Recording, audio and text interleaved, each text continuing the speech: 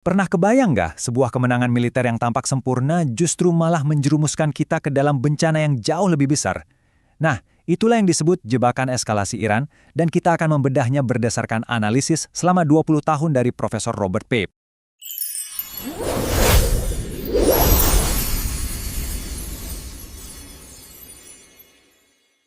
Coba resapi kata-kata ini. Kita kehilangan kendali. Ini bukan sekedar kutipan loh, ini datang dari seorang pakar yang udah mempelajari konflik ini selama 2 dekade. Ini bukan krisis biasa, ini adalah sebuah spiral yang bisa lepas kendali dengan sangat-sangat cepat. Nah, inilah konsep intinya. Jebakan eskalasi. Sebuah ide yang jujur aja mengerikan. Semakin kita merasa menang dalam pertempuran-pertempuran kecil, ternyata kita justru semakin terperosok ke dalam kekalahan strategis yang masif. Oke, jadi begini perjalanannya. Kita akan mulai dengan melihat bagaimana jebakan ini sebenarnya kita buat sendiri.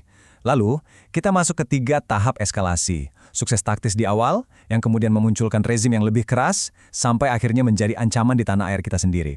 Dan terakhir, kita akan lihat kenapa nggak ada jalan keluar yang mudah dari semua ini. Jadi pada dasarnya, ini adalah 3 langkah menuju bencana. Dimulai dari serangan awal yang ternyata gagal mencapai tujuannya. Lalu upaya pergantian rezim yang malah jadi bumerang, dan akhirnya, perang darat yang sangat berbahaya. Sebuah spiral menurun yang akan kita telusuri bersama. Oke, bagian 1, perangkap buatan sendiri. Ironis banget kan, jebakan ini ternyata kita yang pasang sendiri. Dan semuanya itu berawal dari satu pertanyaan krusial yang nggak bisa kita jawab. Nah, ini dia pertanyaannya. Pertanyaan yang mendorong seluruh konflik ini. Di mana lokasi uranium yang diperkaya milik Iran? Material yang cukup untuk membuat 16 bom nuklir potensial. Ketiadaan jawaban atas pertanyaan inilah kelemahan utama dalam seluruh strategi yang ada. Sekarang kita masuk ke tahap 1. Disinilah kesuksesan taktis yang tampak gemilang, ternyata hanyalah kedok dari sebuah kegagalan strategis yang sangat besar. Yang menarik dari sini adalah kontrasnya. Lihat deh, serangan bomnya itu sangat presisi, hampir sempurna. Kita bisa lihat kawah-kawah bekas ledakan tepat di sasaran. Tapi, tujuan utamanya yaitu mengamankan material nuklir gagal total. Jadi, kita berhasil menghancurkan gedung, tapi harta karunnya udah lolos duluan. Dan tentu saja responsnya datang dengan cepat. Iran nggak tinggal diam, mereka langsung membalas dengan menyerang Israel, dan konsekuensinya, seperti yang kita lihat di sini, sangat signifikan dan terasa langsung. Nah, kegagalan di tahap 1 ini memaksa eskalasi ke tahap 2. Karena bom ternyata nggak berhasil, muncullah ide baru, ganti aja rezimnya. Tapi ide ini didasarkan pada sesuatu yang disebut oleh Profesor Pape sebagai mitos Jenga. Pertanyaan ini kedengarannya logis banget kan? Ini asumsi yang sangat umum bahwa kalau kita singkirkan pemimpinnya, masalahnya bakal selesai. Tapi menurut Profesor Pape, disitulah letak kesalahan fatalnya. Dan slide ini dengan sangat baik menjelaskan analogi inti dari Pape, Jenga versus Matrix. Kita sering berpikir rezim itu kayak menara Jenga, rapuh, ambil satu balok penting dan semuanya langsung ambruk. Padahal, kenyataannya rezim revolusioner itu lebih mirip Matrix, sebuah jaringan yang bisa beradaptasi. Kalau satu bagian dihilangkan, sistemnya nggak runtuh, justru ia akan mencari jalur baru dan seringkali menjadi lebih kuat. Dan inilah hasil bencana dari mitos Jenga tadi. Ironisnya, pemimpin yang lama itu sebetulnya punya fatwa yang secara eksplisit menentang senjata nuklir. Tapi setelah serangan itu, ia digantikan oleh putranya yang jauh lebih agresif. Sementara para calon penerus yang lebih moderat ikut tewas. Jadi kita bukannya meruntuhkan rezim, kita justru membuatnya jadi lebih berbahaya.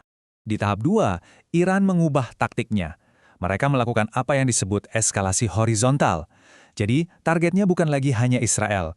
Tapi sekarang, sasarannya adalah sekutu-sekutu AS seperti Arab Saudi dan UEA. Dengan tujuan yang jelas, memecah belah koalisi anti-Iran dari dalam. Terus apa urusannya sama kita? Nah ini dia. Dampaknya itu langsung terasa. Harga bensin di pom bensin bisa tiba-tiba naik. Ekonomi global jadi goyang karena resiko di jalur-jalur pelayaran. Dan yang paling penting, keamanan ratusan ribu warga negara kita yang ada di wilayah itu jadi taruhan. Ini bukan lagi masalah yang terjadi jauh di sana. Dan dari sini kita melangkah ke tahap 3. Sebuah prediksi yang suram di mana konflik yang tadinya jauh bisa sampai ke tanah air kita sendiri. Profesor Pape memberikan prediksi yang terus terang bikin merinding. Ada kemungkinan sebesar 75% bahwa AS akan meningkatkan eskalasi ke tahap 3. Artinya, mengirimkan pasukan darat untuk memburu material nuklir yang hilang itu. Dan begitu pasukan darat dikerahkan, ancaman spesifik pun muncul. Terorisme bunuh diri. Ini bukan tindakan acak atau nekat. Seperti yang dijelaskan Pape dalam bukunya, ini adalah taktik strategis yang sengaja digunakan untuk melawan pendudukan militer asing. Jadi, ini poin krusialnya. Menempatkan tentara Amerika di tanah Iran adalah tindakan yang paling mungkin memicu gelombang serangan bunuh diri terhadap AS dan kepentingan-kepentingannya. Ini adalah hubungan sebab akibat yang benar-benar mengerikan. Akhirnya, kita sampai pada dilema presiden. Setelah semua eskalasi ini, tidak ada lagi jalan keluar yang mudah. Ini adalah jebakan politik yang sempurna. Bayangkan Anda ada di posisi itu. Anda dihadapkan pada dua pilihan yang mustahil. Opsi A, batasi kerugian. Tarik mundur pasukan dan terima kekalahan politik saat ini juga, sambil siap-siap dihujani kritik. Atau opsi B, gandakan taruhan. Terus maju, berharap ada keajaiban, tapi risikonya adalah kegagalan total yang akan menghancurkan warisan Anda selamanya. Tidak ada pilihan yang baik. Kutipan terakhir dari Profesor Pepys ini benar-benar merangkum kebodohan strategis yang membawa kita ke titik ini. Obsesi untuk mendapatkan keamanan yang absolut dan sempurna seringkali justru menjadi jalan menuju kehancuran. Dan kita akhiri dengan pertanyaan ini. Inilah inti dari dilema jebakan eskalasi. Sebuah momentum menakutkan yang terus mendorong kita maju ke tujuan yang tidak kita ketahui. Jadi, ketika Anda tidak bisa mundur dan tidak bisa diam, apa yang terjadi selanjutnya?